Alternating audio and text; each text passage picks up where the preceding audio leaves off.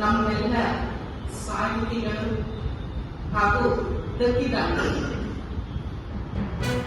ಈ ದತ್ತಿ ವಿಧಿಯನ್ನ ಇಡಲಿಕ್ಕೆ ಪ್ರೇರಣೆ ಆದಂತವರು, ಈ ಎಲ್ಲಾ ದತ್ತಿದಾನಿಗಳಿಗೆ ಪ್ರೇರಣೆ ಆದಂತವರು ಕೂಡ ಆದರ್ಶ ವ್ಯಕ್ತಿಗಳು. ಅವರು ಈಗ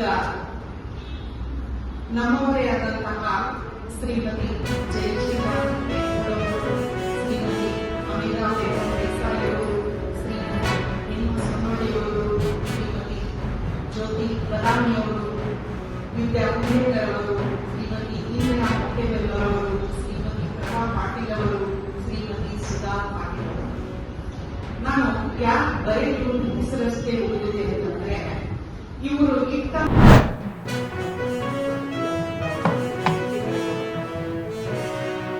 ಅವರ ಬೇರೆಯವ್ರಿಗೆ ಎದುರು ಸಾಕತ್ತಾರೆ. ಅವ್ರಿಗೆ ಬೆದರಿಕೆ ಕರಿಬೇಕು. ಮೊನ್ನೆ ACP ಅಡಿಷನಲ್ ACPಗೆ ಹೊಡ್ಯಾಕೆ ಕೊಟ್ಟಿದ್ರು ಅವರು. ಇನ್ನು ಅವ್ರಿಗೇನು ಯಾರು ಬೆದರಿಕೆ ಹಾಕ್ತಾರೆ ಅವರು? ನನಗೆ ಅರ್ಥನ ಆಗೋಲ್ಲ. ಅವ್ರು ಬೆದರಿಕೆ ಹಾಕ್ತಾರೆ ಅಂದರೆ ಸಿದ್ದರಾಮಯ್ಯನ ಎದುರಿಸ್ತಾರೆ. ಅವ್ರು ಬೆದರಿಕೆ ಯಾರು ಹಾಕಿದ್ರು ಬಿಡೋದಿಲ್ಲ ಅವ್ರಿಗೆ. ಮತ್ತು ಅವ್ರು ಕರೆಸಿ ಹೊಡೆದ್ರು ಅವರು ಯಾರು ಬೆದರಿಕೆ ಹಾಕಿದವ್ರಿಗೆ. ಅದ್ರಾಗೇನು ಅರ್ಥನೇ ಇಲ್ಲ ಅದಕ್ಕೆ.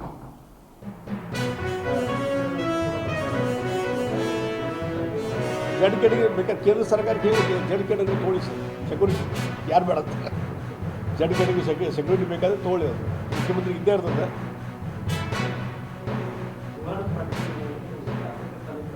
ಅದು ಅವ್ರು ಬಿಟ್ಟಿದ್ದು, ಅವರಿಬ್ಬರು ಮಧ್ಯದಲ್ಲಿದೆ. ಅವರು ಬಿಟ್ಟಿದ್ದ ವಿಚಾರ. ಅದನ್ನು ನಾ ಜಗದೀಶ್ ಶೆಟ್ಟರ್ ಕೈ ಹಾಕಿ ಅದ್ರಾಗ ಹಾಕು. ಅವ್ರಿಗೆ ಅವ್ರ ಹಣೆ ಬರ. ಅವ್ರು ರಾಜ್ಯಕ್ಕೂ ಕೊಡ್ತಾರೋ ಇವ್ರು ಕೊಡ್ತಾರೋ ಅವ್ರ ಹಣೆ ಬರ. ಅದು ತೊಗೊಂಡು ನಾವು ಏನು ಮಾಡ್ಬೇಕು ನನಗೆ ಗೊತ್ತಿಲ್ಲ. ಓಕೆ.